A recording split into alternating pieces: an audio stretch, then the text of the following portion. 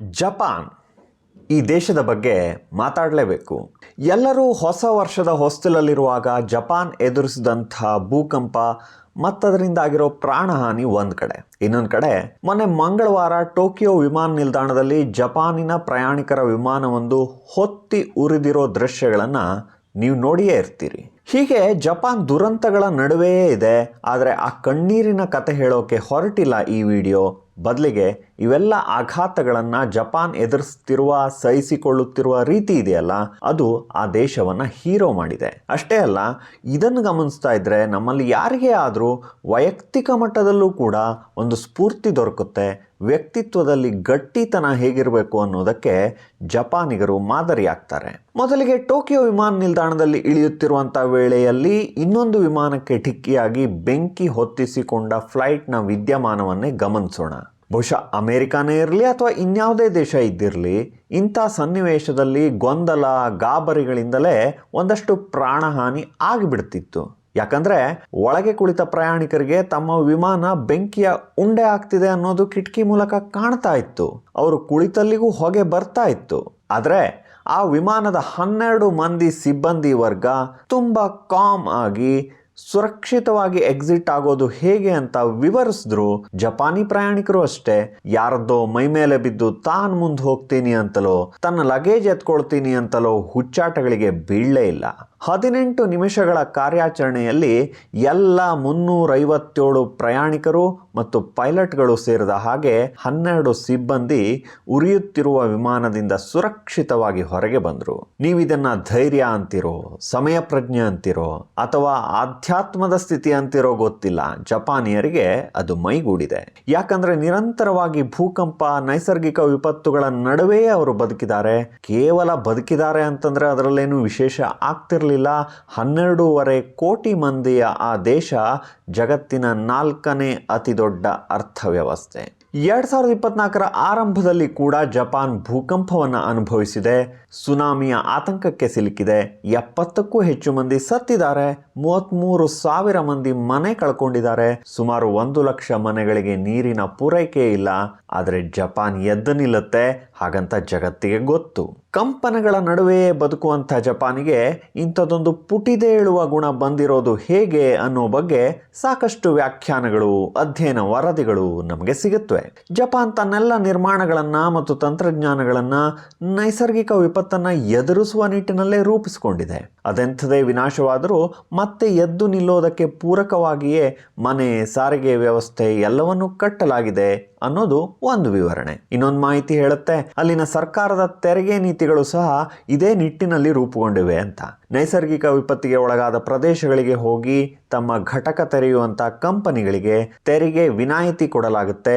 ನೈಸರ್ಗಿಕ ವಿಪತ್ತಿನಿಂದ ಹಾನಿಗೆ ಒಳಗಾದ ಉದ್ದಿಮೆಗಳು ಮತ್ತೆ ತಲೆ ಎತ್ತೋದಕ್ಕೆ ಬೇಕಾದ ಎಲ್ಲ ಸಹಾಯಗಳನ್ನು ಸರ್ಕಾರ ತ್ವರಿತವಾಗಿ ಮಾಡುತ್ತೆ. ಹೀಗಾಗಿ ಎಂಥೆಂಥ ವಿಪತ್ತುಗಳೇ ಕಾಡಿದರೂ ಜಪಾನ್ ಅರ್ಥವ್ಯವಸ್ಥೆ ಮುಕ್ಕಾಗೋದಿಲ್ಲ, ಮತ್ತೆ ಚೇತರಿಸಿಕೊಳ್ಳೋದಕ್ಕೆ ಸಮಯ ತಗೊಳ್ಳೋದಿಲ್ಲ. ಇವೆಲ್ಲ ಸರ್ಕಾರಗಳು, ನೀತಿಗಳ ಮಾತಾಯಿತು. ಯಾವುದೇ ದೇಶ ಇವೆಷ್ಟರಿಂದಲೇ ಪುಟಿದೇಳುವ ಗುಣವನ್ನ, ಅಂತಃಸತ್ವವನ್ನು ರೂಢಿಸಿಕೊಳ್ಳೋದಕ್ಕಾಗೋದಿಲ್ವಲ್ಲ. ಆ ಗುಣ ಸಮಾಜದಲ್ಲೇ ಇದ್ದಿರಬೇಕಾಗತ್ತೆ.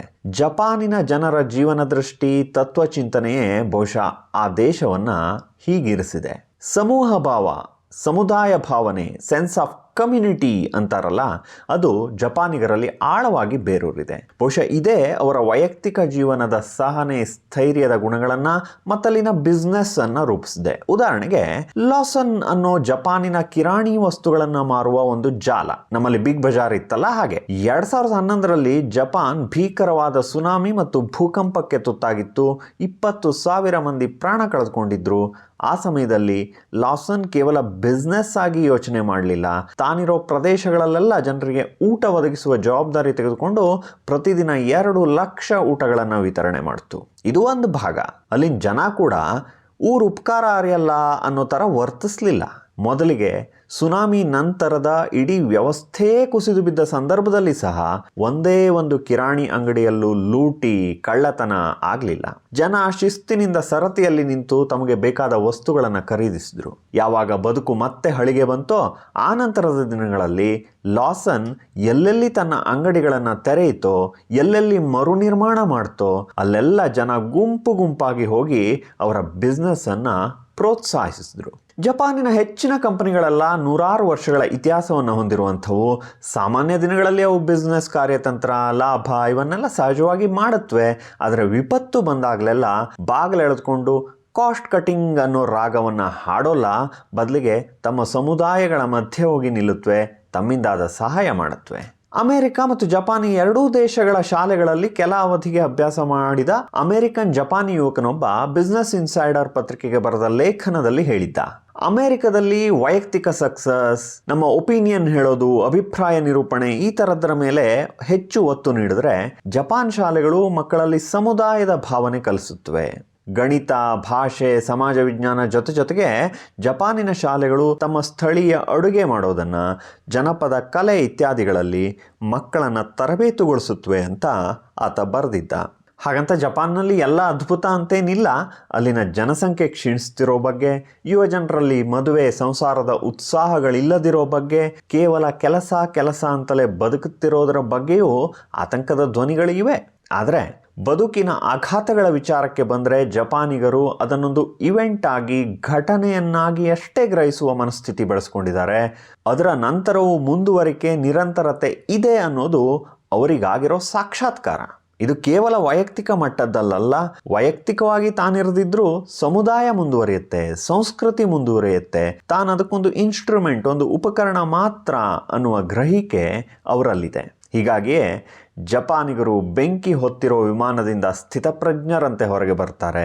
ಪ್ರತಿ ವರ್ಷ 1,500 ಭೂಕಂಪಗಳು ಆಗಾಗ ಅಲ್ಲಾಡಿಸ್ತಾ ಇದ್ರೂ ಮತ್ತೆ ನೆಟ್ಟಗೆ ನಿಂತು ತಮ್ಮ ಕೆಲಸದಲ್ಲಿ ತಲ್ಲೀನರಾಗ್ತಾರೆ.